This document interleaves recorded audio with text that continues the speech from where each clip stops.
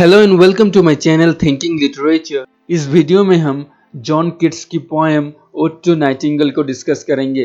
So let's jump into it. Ode to nightingale famous romantic poets John Keats द्वारा लिखा गया एक poem है जो कि सबसे पहले annuls of the fine arts में पब्लिश हुआ था। जैसे कि हम इसके टाइटल में देख सकते हैं, ये एक ओड है। मैंने ओड के ऊपर ऑलरेडी एक वीडियो बनाया है, अगर आप लोगों ने नहीं देखा है तो देख लीजिए, मैं लिंक नीचे डिस्क्रिप्शन में दे दूंगा। ओड टू नाइटिंगेल में 8 स्टेंजेस हैं 10 लाइंस की, जो कि इस ओड को किट्स की सबसे लॉन्गेस्ट ओड बनाती है। सबसे पहले हम ओड टू नाइटिंगेल में किस तरह किट्स ने डेथ, टाइम और इम्परमेनेंस के थीम को यूज किया है उसको डिस्कस करेंगे। ओड टू नाइटिंगेल बेसिकली इस आइडिया पर बेस है कि कोई भी चीज लंबे समय तक लास्ट नहीं कर सकती। इस पोएम के जो स्पीकर है वो कहीं जंगल पर बैठे हैं और नाइटिंगेल की सॉन्ग या साउंड सुन रहे हैं, और स्पीकर को वो नाइटिंगेल इमॉर्टल लगता है, और स्पीकर को ये भी लगता है कि वो नाइटिंगेल की साउंड ह्यूमन एंजाइटीज या ह्यूमन टेंशन से परे है, और उस नाइटिंगेल की साउंड सदियों से सुनाई दे आ रही है। और आखिर में वो नाइटिंगेल उड़कर कहीं और चली जाती है, जिससे स्पीकर में कुछ खोने की भावना पैदा होती है, जो अल्टीमेटली ये आइडिया को दर्शाता है कि हर कोई चीज समय आने पर खत्म या चली जाती है। स्पीकर पूरे पोएम के दौरान इस चीज पर फोकस करते हैं कि किस तरह टाइम मनुष्य में वेरीनेस और सिकनेस पैदा करती है और मनुष्य को एजेड बनाती है।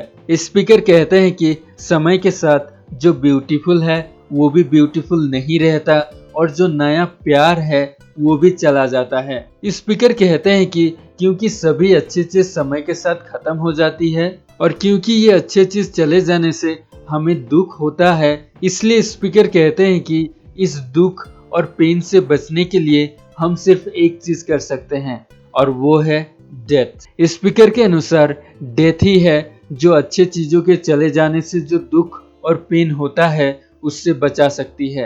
स्पीकर उस नाइटिंगेल बर्ड को इमॉर्टल कहते हैं क्योंकि उसकी sound ancient time, even biblical time से भी वही है। हालांकि पोएट का नाइटिंगेल को इमॉर्टल कहना एक एग्जेजरेशन था, लेकिन पोएट को वो नाइटिंगेल इमॉर्टल लगने का ये कारण था कि वो नाइटिंगेल का सॉन्ग स्पीकर का जो दुख दर्द था वो सभी भुला देती है। नाइटिंगेल का सॉन्ग सुन के स्पीकर अपनी दुख दर्द भूल जाते हैं, और वो स्पीकर के लिए टाइम और डेथ के ऊपर एक छोटी सी जीत जैसे लगती है।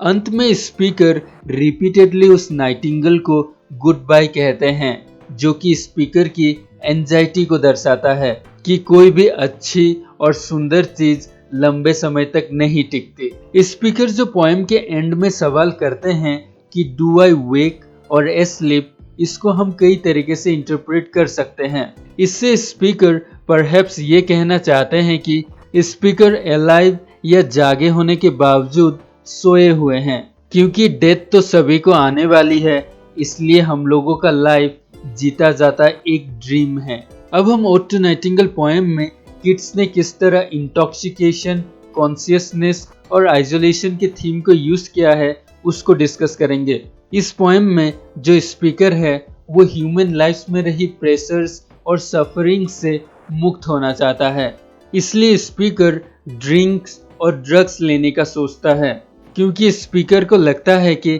जब हम पूरी तरह अपनी कॉन्शियसनेस में रहते हैं तब हमें वो बर्डन या सोरोस देती है। इसलिए स्पीकर सोचते हैं कि इंटॉक्सिकेशन या ड्रिंक्स और ड्रग्स के जरिए हमारे सेंसेस को डल करके हम अपनी दुख या सोरोस को कम कर सकते हैं। Ode to nightingale poem open और एंड होता है स्पीकर के ड्राउजीनेस के साथ, जो ये सजेस्ट करता है कि स्पीकर को कॉन्शियसनेस में रहना अच्छा नहीं लगता। पोएम की पहले ही लाइन में स्पीकर ड्राउजी नमनेस या एकदम सुन्नता महसूस करते हैं, या उसने ओपिएट जो कि एक तरह का नशा होता है वो पी रखा है। स्पीकर अपने आप को रिवर लीथ में डूबने के साथ कंपेयर करते हैं, जो नदी ग्रीक मिथोलॉजी में ये सजेस्ट करता है कि जो भी इस नदी के पानी पीते हैं वो सब कुछ भूल जाते हैं, या एक तरीके से कहे तो नशे में रहते हैं। लेकिन बाद में स्पीकर इंटॉक्सिकेशन को भी रिजेक्ट करते हैं क्योंकि वो बेचूस गॉड को रिजेक्ट करते हैं जो कि ग्रीक माइथोलॉजी में वाइन के गॉड हैं। पहले तो स्पीकर को लगता है कि ड्रिंक्स और ड्रग्स कॉन्शियसनेस में जो हम पेन और सोरोज एक्सपीरियंस करते हैं उससे दूर हो सकते हैं। लेकिन बाद में स्पीकर को लगता है कि पोएट्री और इमेजिनेशन हमें पेन और सोरोज से दूर कर सकती है। सिक्स्थ स्टेंजा में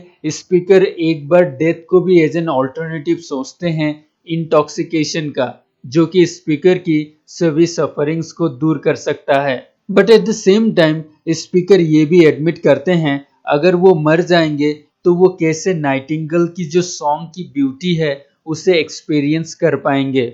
और तब स्पीकर कॉन्शियसनेस में रहने को भी अच्छा कहते हैं क्योंकि ये हमें नेचर में रही सुंदर चीजों को एक्सपीरियंस करने का मौका देती है। So come to the end of this video. अगर आपको वीडियो अच्छा लगा तो लाइक कीजिए, अगर अच्छा नहीं लगा तो डिसलाइक कीजिए और अगर नए हैं तो सब्सक्राइब कीजिए।